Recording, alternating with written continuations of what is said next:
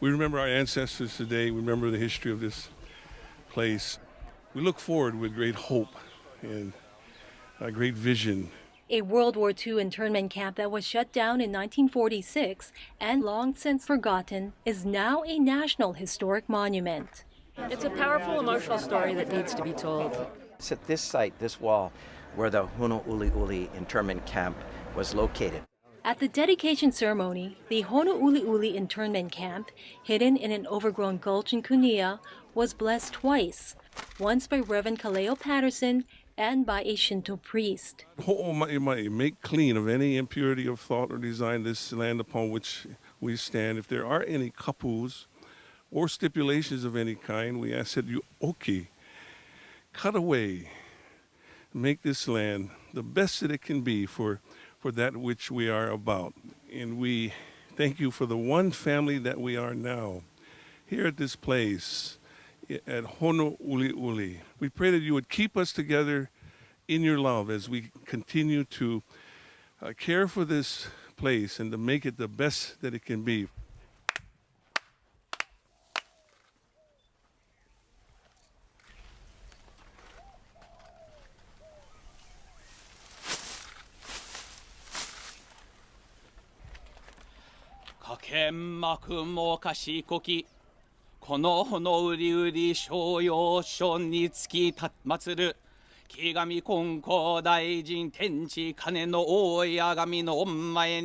Mayor Caldwell, Governor Ige, U.S. Senator Hirono, and Secretary of Interior Sally Jewell witnessed the dedication.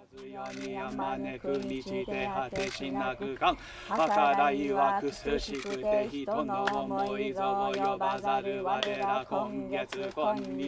think it's just extraordinary in this day and age that we could have a place lost to history for so long that impacted so many people. And it speaks to the shame that occurred with World War II and the internment and the desire that people had to move on. But if we don't tell stories like the one that happened here in Honouliuli, we're going to repeat the mistakes of the past, and that's what this is all about. It's learning from these mistakes. It's recognizing that there are different sides to a war and that they impact people in very profound ways. In 1942, after the bombing of Pearl Harbor, President Franklin Delano Roosevelt issued an executive order authorizing the incarceration of Japanese Americans suspected of disloyalty. Selected groups of Japanese Americans, editors of the Hawaii Hochi and other Japanese language newspapers, the board of directors of the Japanese Chamber of Commerce, Japanese language school teachers and Shinto priests were rounded up and initially put on Sand Island and then later brought here to Honouliuli, where they had a permanent internment camp. According to the National Park Service, 400 internees were held at Honouliuli along with 4,000 prisoners of war. Honouliuli was the largest and longest used camp to hold Japanese American internees. The camp was ordered closed in 1946, and soon after that, the military bulldozed the area. Hardly any internees spoke about what happened while they were incarcerated, and none of the Japanese American internees were found guilty of committing crimes against the United States. It wasn't until 2002 when a volunteer with the Japanese Cultural Center Hawaii rediscovered the camp. The volunteer found an aqueduct at the campsite while surveying the area. And in February, President Obama declared the internment camp a national monument. When we started this journey back then, I don't know if any of us really knew what the final outcome would be. I am really honored and privileged to have been able to be with Secretary Jewell and Senator Hirono and Schatz and others when President Obama signed the declaration of the National Monument, and I'm really honored to be here. This truly is a story that deserves to be told, a story that I think is of a shameful period of our country's history, but really an opportunity for us to educate our children and succeeding generations to come. To learn that we had a site in Hawaii that was an internment camp was a revelation to many of us. And it took the Japanese Culture Center, JCL, community organizations, and volunteers to call our attention to this site. And when I first saw this site in 2009, we saw some of the structures, like this slab, although it's been cleared quite a bit since. But there are still many untold stories of discrimination in our country, and this is one part of that legacy, a dark legacy, but going forward, it's going to shine a positive light. According to published articles, Japanese American internees called the camp Hell Valley. 8-foot-tall, barbed wire fence surrounded the 160-acre camp. There were 175 buildings, over 400 tents, and 14 guard towers. This wall behind me, this beautiful cut blue rock stone wall that was built during this period of time, stands as a reminder of what happened here. And it's a sad story. But the incredible thing is we're a country brave enough to actually talk about our mistakes. And by doing so, we don't repeat them again.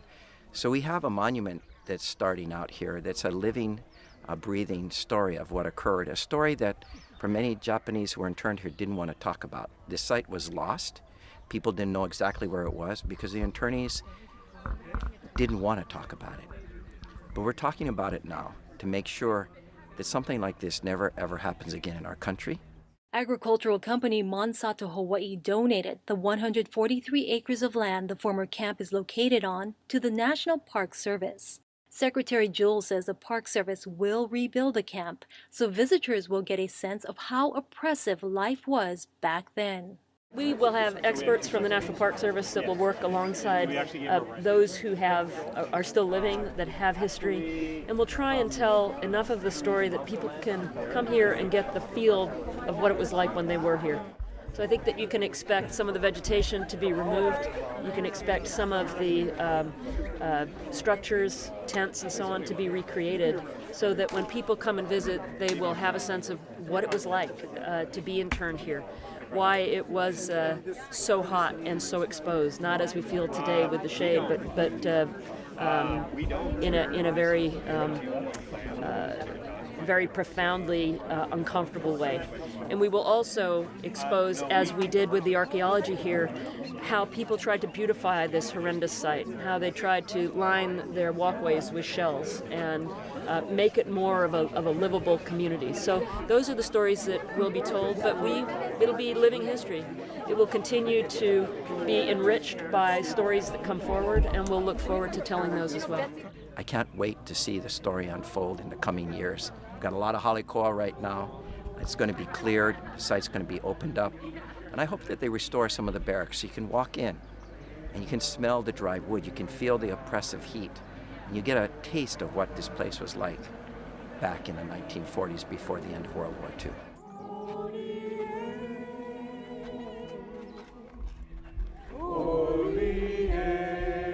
We want to close this program in the tradition of the Japanese Cultural Center.